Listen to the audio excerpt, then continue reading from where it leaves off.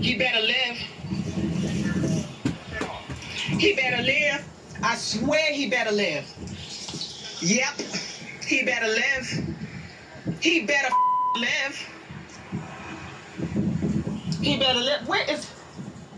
He better live, and I can't even leave the damn... I ain't going nowhere. I'm in the same damn spot. Stuff. That's okay. Did y'all call the police? Did y'all call an ambulance? So NBC's Gabe Gutierrez is in Charlotte. Gabe obtained that video from Scott's family. Also, talk to us, Gabe, now about the context here. Also, let's just point out the police chief says there's at least one video of body camera and another video from a dashboard. However, it is not body cam video from the plainclothes officer who fired the fatal shot. So explain how you got this video from the Scott family. Let's get to that in just a second, Thomas, but I should also mention that we have reached out to the city of Charlotte for comment on this new cell phone video that we've obtained. We still have not heard back from the city, and again, the attorneys for the Scott family tell us that they are now giving this to the city for the first time, so we're still waiting that comment. They tell me in terms of context, as we've been reporting over the last hour, that the wife of Keith Scott went into that apartment to get a cell phone charger for about 3 minutes, she says, and then came back and started recording that cell phone video. Now, I'm joined now by Justin Danberg, one of the attorneys for the Scott family, and perhaps you can shed a little bit more light on something that we've been watching right here live on MSNBC, the first video really of the moments preceding the shooting of Keith Scott. Justin, thanks very much for joining us. I guess my first question is, why release this video now? Well, essentially, as we've said from the beginning, we're not jumping to conclusions about anything in this case. We're trying to gather the facts and take puzzle pieces and create a picture of what happened, because people do want to know and the family wants to know. We have requested that the city release the dash cam video and the body camera video that we saw yesterday, because we think it shines more light on the situation. Of course, we're still waiting on that to happen, but at this point in time, we felt it was important because people were asking. They want to know what happened, and we had the video and wanted to make it public. Why didn't Lakia Scott, his wife, give this to the police right after the shooting or over the last few days? Why wait until now? Well, essentially, she's dealing with a lot right now, and hindsight is 20/20. I'm not here, and I don't think anybody should try to hold anything against her because she is in mourning, and at the end of the day, regardless of what the final facts are, she lost her husband. I think the dialogue is better shifted towards, is enough being done to piece together what happened? Are the pertinent facts being made public? I urge everybody to remember that this video is just another piece of the puzzle. It shows what it shows. You hear what you hear. You do see that at some point there are objects on the ground. It's not clear what those objects are, and we don't know what they are. But this is just one step towards piecing together and figure out exactly why Mr. Scott lost his life. Picking up at that point, we have a small monitor here that we can see some of this video being played out. The sequence of events, why don't you walk me through exactly what we're seeing here? If we can re-rack it perhaps to the beginning of the video, so a little bit of a delay, but kind of walk me through what happens when the video starts and as we see it play out. If you can, kind of tell us what happens. Well, what you see is, of course, Miss Scott comes out. She sees the situation going on. She is informing or attempting to inform the officers of certain things. You hear her say that, he doesn't have a gun. You hear her say that, he's got a TBI and he just took his medication. You hear her... Speaking of that, before we, the TBI, traumatic brain injury, we have heard that he had a motorcycle accident in October of last year. What type of medication was he taking, and how might that have contributed to his frame of mind? I don't know the specific name of the medication, and I'm not saying that the medication definitively had an effect one way or the other. We are looking into that. It's not a far cry to think that someone who had just taken medication, depending on what it is, might react a little slower, or there might be a delay there to process a command and comply. So there's still questions that have to be answered, and some of that is going to involve us, going through his medical records and things of that nature. So you're saying it is a possibility, according to your view, that his medical condition may have played a role in his response to the officers, or at least you're looking into that? Yes. Okay, so let's keep going on the, on this timeline.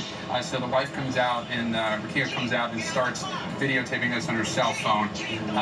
Then what happens? Kind of walk me through the next sequence of events. Well, in looking at this video, it's not very clear of the interaction between Mr. Scott and the officers. Again, we're looking at this video in isolation. So I'm not going to get into what the dash cam footage showed or what the body cam footage showed. Video that you saw yesterday for the first time, and so did the family, correct? Yes, sir. Okay. Yes, sir. So looking at this video in isolation, we essentially hear a lot from her in terms of her reaction and things she says based on what she's observing. What we do see is Mr. Scott on the ground after he had been shot. It appears that his arms are behind his back. There are officers. Behind his back, exactly how do you mean? Just it appears as though they moved his arms behind their back. I don't know if they had handcuffed him at that point or not. Typically in these situations, you will have the officers search the individual after they've been shot, and they usually search them after they've been handcuffed. I have no reason to believe that did not occur here, but of course I don't know. So there's several questions, and we should point out what the police have said. What the police chief has said is that the evidence found at the scene that there was a gun found, according to the police chief.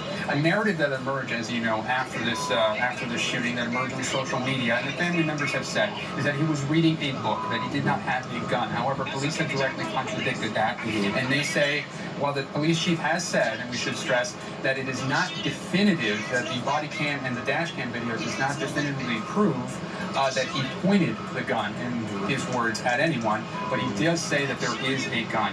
What do you feel that this video either contradicts or, responds to that allegation that a gun was found? Because there are some questions in the latter half of this video that an object, some sort of object, is there that wasn't there at the beginning part of the video. So kind of talk me through that. How are you processing that information? With regards to this specific video, you can't necessarily see the actions, or you can't see anything in Mr. Scott's hand from what I see. What you do see is that at some point there are what appears to be multiple objects on the ground, but of course you can't make out what they are. So at this point, nothing in this video affects whether or not their allegation that they found a gun, whether there was a gun or not. This video does not answer that. What this video does is just shine some light and fills in some blanks. Because as of right now, no one has seen anything aside from maybe a few witness videos that were filmed. I'm looking for them. Yeah, in the aftermath, correct. And a question that has come up as well, as we look at that cell phone video, at one point his wife screams out, "Don't do it, don't do it," to her husband. What did she mean at that point, and what exactly was she referring to, "Don't do it, don't do it"? It's my understanding that when she's saying Keith, and then she says, "Don't do it, don't do it," well, there are multiple interpretations for that. One being she's calling his name, and then she is saying, "Don't do it" to law enforcement, "Don't shoot him." But in speaking with her and her recollection of that event, as we've kind of gone over it time and time again, is she recalls saying that because she's telling Keith, what she wanted him to do was just stop and stand still. And as we've seen on the dash cam video, at the time he was shot, it appears as though he was actually kind of stepping backwards. So that's her recollection of what happened at that point in time. Speaking about the dash cam and the body cam footage, of course, that is the video that many demonstrators here and many activists here have been wanting the local authorities to release. Today, we learned that the State Bureau of Investigation is now taking over this case, and the mayor came out and said that now she says that she does favor the release of that body cam and dash cam footage. It's the question of when. The police chief also, has said that he didn't favor the release of it right away, but that is part of the process. You saw that video, and I spoke with your co-counsel a little earlier, and he said that the best view of this incident is from the dash cam footage. Why don't you walk us through exactly what you have seen one more time that we don't see in this cell phone video. Video very few people had seen. We did speak with someone from the police union as well, from the Fraternal Order of Police, who saw one of the dash cam videos. To tell me what you have seen that no one else has. In looking at the dash cam video, from start to finish, what was shown to us, you hear officers giving commands to Mr. Scott, who's in his vehicle. You see Mr. Scott step out of the vehicle, again, in a non-aggressive manner. From what vantage point? From the vantage point of if the car is where we're at and we were to look forward and to the left a little bit, that is where his vehicle is, okay. Facing the driver's seat. He steps out. You know, his arms are down by his side. He doesn't make any motions in terms of jerking his head or anything that would lead you to believe that he was arguing with the police. You don't hear him say anything on the dash cam video, but you also don't hear him say anything in the video that his wife shot. You see him... So at this point, that's a big mystery at this point. What exactly he said to the officers. Yeah, right? Absolutely. And why do you think the officers would have been saying repeatedly, drop the gun, drop the gun, drop the gun, which, as Ari Melver has mentioned before, that would give them, you know, some legal cover and, you know, being able to say, we gave this man a warning if he didn't indeed have a weapon. Why? What's your explanation for that? Why would they say drop the gun if he did not have a weapon? And you're correct. They did give multiple commands. I believe somebody counted it and said there were maybe 12 to drop the gun, drop the gun. I can't speculate. I wasn't there. I, as of yet, have not seen any piece of evidence that verifies that he did in fact have a gun in his hand. What I have seen and the evidence that I am aware of shows that he may have had some type of object in his hand, but you can't tell from the dash video, the body cam video, or Miss Scott's video what any of these objects are. We have also seen, and I believe some of the video may show, although I haven't seen it that close, but from being at the scene, some of the neighbors had found a glove, a black glove, on the scene as well. How does that play into all this? Could that have been some sort of object? Could that have been one of the objects that, you know, we're seeing show up here in this new cell phone video? What's your take on that? You know, I don't know. This is the first time I've heard about a black glove being left out there. You know, this scene, depending on how things were secured and who went out there and who had access, might shed a little more light on that. As far as I know, Mr. Scott did have a wallet on him, and it's my understanding that he also had a cell phone with him. But again, and I urge people to not be so quick to rush to judgment based on what they think or based on speculation. We're dealing in facts, and all this is about is getting down to the bottom of exactly what happened, why it happened, most importantly, because that will lead to closure for his loved ones. And first of all, tell me really quickly, and I think, Thomas, you would like a question as well? I do, if Mr. Bamberg can hear me. Sir, this is Thomas Roberts back in New York. As we're watching this video and you and Gabe are on scene, I just wanted to be clear for folks at home watching. There's dash cam video from which vehicle? Is it the marked police SUV or the unmarked SUV that's on scene? I do not know one way or another which specific vehicle that footage came from. So I would be speaking too early to try and speculate. That is something that, of course, law enforcement would be best suited to answer. Also, there was only one officer. Hey, Justin. One officer's body cam video. It was not the body cam video of the plainclothes officer, Officer Vincent, who fired the shot, correct?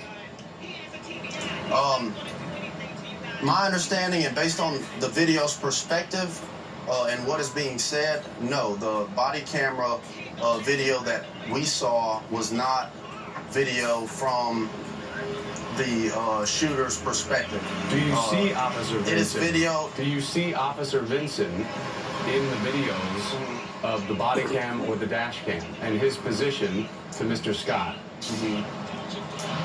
No, you don't see it clearly. You know that someone's there. There may be enough there, and I would have to go back and watch this because I haven't looked at it recently.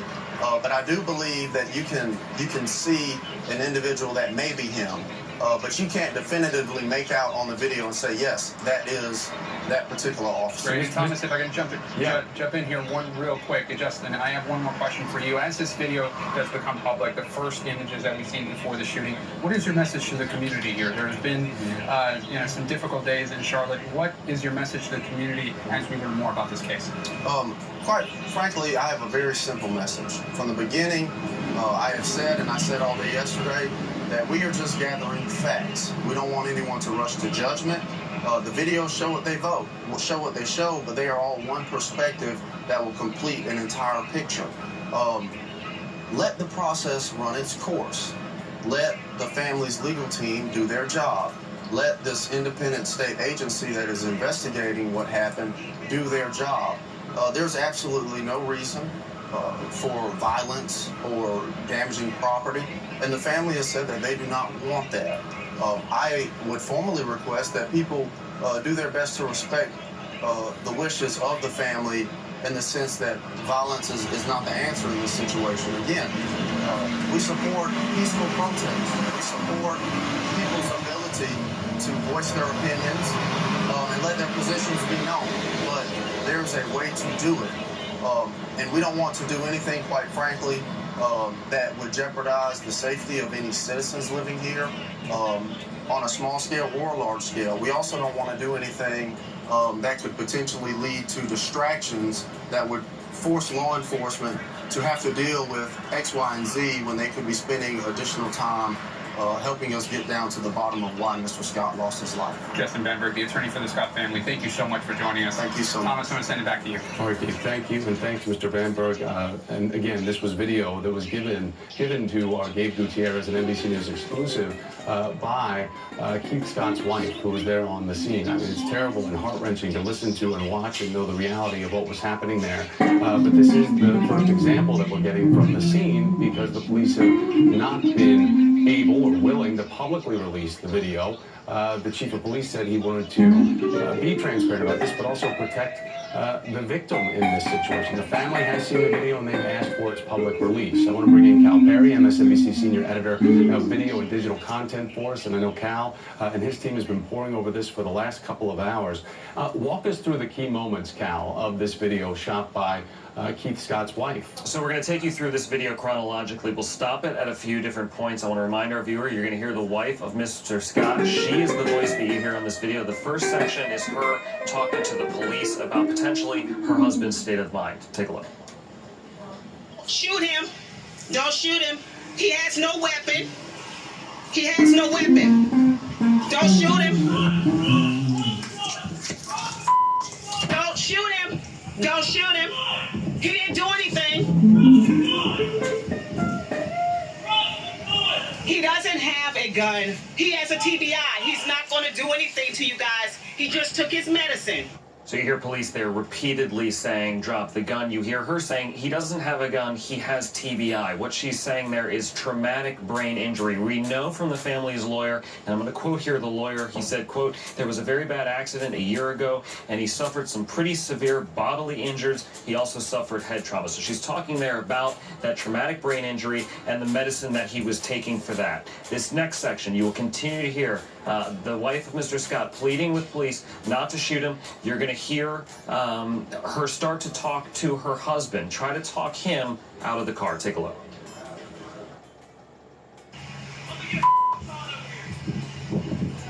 Keith, don't let them break the windows.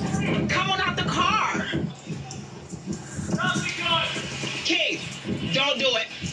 Now you see there, we've frozen it there on that officer in that red t-shirt standing next to that white pickup truck. It appears from that shot that he's taking cover. He's taking safety behind that white pickup truck. But that officer, Thomas, in that red shirt is going to become key to this as we go through that video. That officer right there, we're going to be talking about him quite a bit in just a minute. The next section I have for you is the moment where Keith Lamont Scott, is actually shot by police. Again, I want to remind our viewers, you will not see him getting shot. You will hear it, though. It is disturbing. Take a listen. Keith, get out the car. Keith, don't you do it. Don't you do it. Keith, don't you do it. Did you shoot him? Did you shoot him? Did you shoot him? difficult and dramatic moment there where those shots are fired. Thomas, you and I watched this video for the first time together. It sounds like, when you slow it down, 4 separate gunshots. It could potentially be 5 gunshots. Of course, echo, especially in these wooded areas. Now we get to this items on the ground issue, and this is what people really are going to be looking at. This is why people are urging police to release their dash cam footage, because as we go through this video, and I'll remind our viewers, it's 2 minutes and 12 seconds in length, and you'll see right there, there's nothing at the feet of Mr. Scott, not until 1 minute and 24 seconds in, and we can go ahead and show you as we start to see these items be flicked out. There's item number 1. That comes flicked out at 1 minute and 24 seconds, and we'll show you another freeze frame here of, again, that officer wearing that red t-shirt right there. There's something on the ground there. That is new. That is something that we haven't seen before, and certainly this is the timeline that we're going to unpack as we look at that officer in the red t-shirt. I want to now move to something between the legs of that officer as we zoom in, and we're going to zoom in very clearly here. This is the officer on the right in the red t-shirt. He picks up something from the ground, and we can take a closer look there. There is an item there on the ground. We do not know what that item is. We are certainly at this point not going to speculate. And as we move through this, you're going to see an item there, not only at his feet, but we can also go to those stills that we have from WCNC. It's our affiliate in Charlotte. Okay, on the left side of the screen, you see the stills from our affiliate in Charlotte. This is what has been purported to be, and I stress, purported to be the weapon. On the right, the video that was exclusively obtained by NBC News some 90 minutes ago, there is no item there. But I want to be very clear about this. On the left side of the screen, you see that officer in the red t-shirt. He is over the body of Keith Lamont Scott. On the right side of the screen, he is not. From that, we can infer the shot on the left was taken after the shot on the right. But there is a time gap here, Thomas. There is an unknown amount of time between these two images that we just do not know what has occurred. This is why you see more and more people saying police should release their version of the video. The other thing I want to quickly point out, on the left side of the screen there, we can tell it's quite a bit later. There is police tape up. This has now been a crime scene, and we're blurring out the body there of Keith Lamont Scott. I can tell you his pants are down on the left side of that screen. There has been a crime scene set up. So that gap in time, that period of time, is now key to this investigation, Thomas. Okay, Cal, thank you very much. One thing that stands out, and while there is no conclusive evidence out of any of this video of a gun being on the scene, we also don't see a book on the scene. I want to bring in MSNBC Chief Legal Correspondent Ari Melbourne. Ari, I know you've been reviewing this for the same length of time as many of us here this afternoon. What stands out to you, and does this prove the police chief's point about what they have as video is not conclusive, and a reason why they don't want a public release? Well, we don't know what would be proven. I'm sorry, can you still hear me? We can still hear you. Pardon me. We don't know what would be proven according to the video that they have, because they haven't released it. What we can say from looking at this video, which doesn't show on camera the moment of the shots, are a few things that I want to flag legally. Number one, how the 50-second lead up to the shot occurred. In those 50 seconds, we see the tension. We can see from what we do have on camera that it's a very close encounter, which can be dangerous. And we hear the officers repeatedly pleading and ordering Mr. Scott to drop the gun, and at one point drop the expletive gun. So that would suggest the state of mind of multiple officers, unless you imagine some very elaborate conspiracy. It would suggest the more plain reading would be that multiple officers thought that he had a gun and they were trying to get him to drop it. That goes to their state of mind, and in the event that there is any case here, that goes to their defense for justified use of force. However, on top of that, you then have the fact that, as we were discussing earlier with some other guests and police experts, there isn't any attempt to deal with or interact with his wife, now widow, who shot this dramatic video that NBC's Gabe Gutierrez obtained for the first time in the initial encounter. In the early encounter. Now, that can be a police judgment call that they have moved past any point of negotiation and are dealing with what is sometimes called a live shooter or an action scenario. But that brings us to the next question, which is, did they see the gun? Were they right about that? Did they recover the gun? Are these dark or spotted objects that have been shown at times in stills actually a gun? And at what point will the police, or now the state police investigation, which was handed off formally today, provide some public information, not only the videos, but an entire piece of a narrative there. The last thing I want to say with regard to all of that is that there is a term in the law that you hear sometimes, a chain of custody, right? That is, as it sounds, what is the sequencing of the custody of objects or evidence recovered? If you were a lawyer here bringing any kind of civil case challenging the conduct of these police officers, you would certainly start raising those chain of custody questions. You would say, if you recovered a gun and not a book, and if you say you have it, when did you have it? How did you secure it? How do you know it's his? Is there evidence of his DNA and other materials on it? And all of that may come to light. We're not prejudging the process, but certainly in a situation where you have this brand new video giving one perspective, the police sooner or later are going to have to figure out what do they match this video with. And I think that's a big question, even though this video does have some elements that would go to the police's narrative that they were dealing with what they thought was a live shooter and an imminent threat. Because this is an open investigation, Ari, and the fact that North Carolina has a new state law that was signed in this summer about no public release of police dash cam or body cam video, the Scott family has seen what the police chief confirms to be the one dash cam video and the other body cam video. Does the lawyer have a right to file for where they stand with evidence so far? Have they had access to any proof that a gun was found or fingerprints were found on any kind of weapon? A book was recovered. The family's lawyer has had access to the video. The family has been shown the video, and thus they have at least been given that opportunity, and that allows them to characterize the video. But under the new law, which goes into effect in October, which authorities said they're going to follow as of now, so as far as they're concerned, that's what they're following. Under that law, the family cannot record, copy, or distribute the video. So again, if folks are just joining us, and there is a lot to this story, the new video we're watching right now is simply the product of the fact that his wife, now widow, decided to take this video during the entire interaction. She, again, you can't overstate it. She bore witness and recorded what was ultimately the killing of her husband and kept the video going, and then tried to call 911 and interact with the officers. That's what that entire video shows, and what remains are these other police government-created videos, to this point not released. But legally, do the family attorneys of the Scotts have any access to this open investigation to key items such as a gun, a book? Is the only thing they have access to viewing the video and the drafted police report? That's correct. All right, thanks so much. We're moments away from the governor, Pat McCrory. He had a 2:30 p.m. scheduled press conference. We do not know if he has seen this video that has now been made public, given first and exclusively to NBC News by Keith Scott's wife. This was the moments of the interaction where his life was lost that day, just a couple of days ago. This is a city that's on edge right now, as last night at midnight it went into curfew mode, and we are expected that it will remain in a curfew mode again beginning this evening from midnight to 6 a.m. But joining me is Congresswoman Maxine Waters of California, a member of the Congressional Black Caucus. Congresswoman,